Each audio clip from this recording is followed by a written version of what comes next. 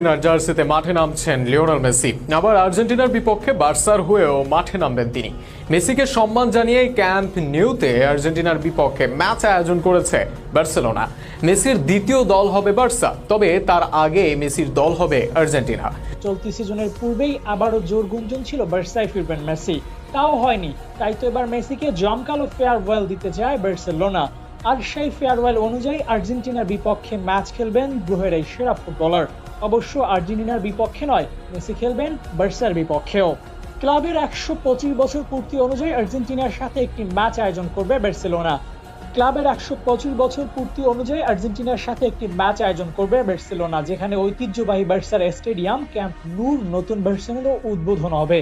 সেই ম্যাচে লিওনেল মেসিকে ফেয়ারওয়েল দিবে বার্সেলোনা।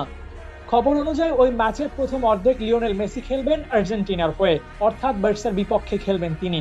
একই ম্যাচের দ্বিতীয় অর্ধে লিওনেল মেসি খেলবেন বার্সেলোনার জার্সিতে।